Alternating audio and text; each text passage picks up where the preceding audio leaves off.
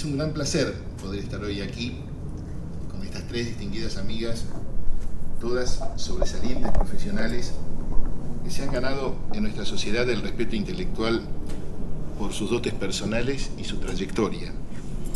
y el afecto de todos nosotros por sus valores, su simpatía y su compromiso con los intereses de nuestro país. Quiero agradecer muy especialmente a la señora directora del ISEN por darme esta oportunidad de dirigirme a nuestros futuros diplomáticos, cuya formación es crítica para nuestro futuro, porque, como explicó maravillosamente Morgenthau en su clásico trabajo sobre el poder de las naciones, la sofisticación de la diplomacia es un componente esencial del poder de un Estado. En el actual proceso de construcción de una sociedad global, la diplomacia tiene un rol no solo crucial, sino ineludible que cumplir. Agradezco también muy especialmente a la señora subsecretaria de Política Exterior por el honor que me confiere al participar en este acto y por su impulso permanente a las iniciativas y actividades académicas de los funcionarios. He tenido la oportunidad de reconocer mi deuda con la doctora Mónica Pinto por su amistad sin cortapisas, así como por su asistencia durante la dirección de la tesis doctoral que estuvo en el origen de esta publicación, en ocasión de la presentación que presidiera en la Facultad de Derecho de la Universidad de Buenos Aires, pero no quiero desaprovechar esta ocasión para reiterarle mi afecto y amistad. El libro procura, en esencia, desarrollar un modelo de análisis de lo que los internacionalistas llamamos la práctica de los Estados, para poder prever la legalidad de los diversos usos de fuerza,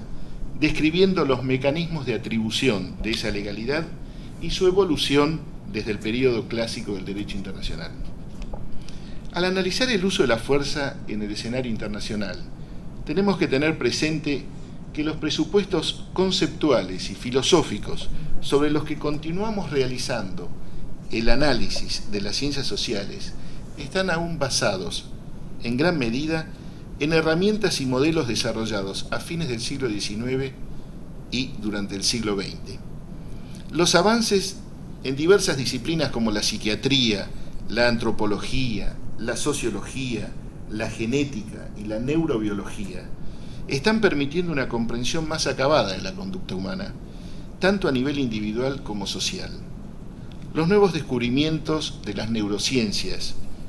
aumentan nuestra perplejidad frente a la complejidad que está apareciendo en la tradicional relación entre lo cultural o adquirido y lo heredado o genético. Se trata, por lo tanto, de herramientas analíticas y conceptuales que atraviesan una profunda mutación y que requieren nuestra atención para poder realizar diagnósticos cada vez más certeros del escenario internacional en el que debemos actuar. A esta limitación se suman las diferencias entre el enfoque tradicional del derecho internacional para analizar la legalidad del uso de la fuerza y el de las relaciones internacionales. Porque el derecho internacional, por necesidad, debió partir de la ficción de que el sistema internacional es básicamente un sistema de estados-nación, que puede explicarse a partir del mito del actor racional, tan bien desarrollado por Allison en La esencia de la decisión. Es una simplificación necesaria, porque el derecho internacional necesitaba contar con una entidad a la que atribuirle la generación de derechos y obligaciones, y, lo que es igualmente importante, la responsabilidad por los actos y hechos ilícitos. De esta manera, la mayoría de los tratadistas del derecho internacional trabajó a partir de la hipótesis de que debía definirse un uso de fuerza como un tipo legal del derecho penal, atribuírsela a un Estado y, dependiendo de las circunstancias del caso, establecer su legalidad o ilegalidad. El problema que enfrenta esta simplificación necesaria es la ausencia de una autoridad superior encargada de calificar la conducta de los estados en caso de falta de acuerdo. La similitud entre un sistema jurídico preestatal o primitivo y el derecho internacional es la inexistencia de órganos diferenciados y superiores encargados del dictado de las normas, su aplicación a cada caso concreto y la ejecución de la sentencia correspondiente. Las normas jurídicas son creadas por los mismos individuos encargados de aplicarlas. Cuando analizamos la atribución de juridicidad a un uso de fuerza en el escenario internacional, lo que comprobamos es que el proceso está más cercano a la construcción de mayorías que a un consenso claro sobre la legalidad o ilegalidad de la acción. Existe un amplio margen de disenso, no solo por la ambigüedad de las interpretaciones del derecho aplicable, sino también por la manipulación de las argumentaciones políticas y jurídicas por parte de los estados, y por la existencia de intereses que en cada situación dada condicionan las posiciones de los actores. Por ello, no solo comprobamos las tradicionales categorías de legal o ilegal frente a un hecho de fuerza, sino también otras tres categorías que surgen del análisis de la práctica de los estados. La legalidad de un uso de fuerza es a menudo considerada como mayoritariamente legal o mayoritariamente ilegal y en ciertos casos directamente como controvertida. Para explicar esta complejidad es necesario tener en cuenta otra limitación del modelo clásico de definición del uso de fuerza y la correspondiente atribución de legalidad, y es que, en realidad, la controversia por la legalidad se descompone en dos elementos: la definición de la amenaza y la definición de la respuesta. Es de las definiciones de la verdadera naturaleza de la amenaza y de la verdadera naturaleza de la respuesta que surge la controversia política entre los estados. Nuevamente, el problema es que rara vez la Corte Internacional de Justicia efectúa una definición independiente y objetiva de la verdadera naturaleza de la amenaza y de la verdadera naturaleza de la respuesta, lo que podría asimilarse al régimen del derecho interno, sino que cada uno de los actores en una controversia intenta definir la amenaza alegada y la respuesta utilizada en términos políticos, de acuerdo con su conveniencia, y la decisión final recae, en la mayoría de los casos, en la lógica del poder del Consejo de Seguridad. El derecho internacional de la segunda posguerra puso más atención en la consumación de un ataque, agresión, y en las condiciones para poder predicar la legitimidad de la respuesta, que en los mecanismos para resolver el problema de la amenaza del uso de la fuerza, siendo que ella era el verdadero punto de partida del desorden del sistema. Puede parecer curioso que esto haya sido así, porque la Segunda Guerra Mundial fue, en realidad, la historia de una amenaza de agresión por parte de regímenes totalitarios que no se enfrentó a tiempo.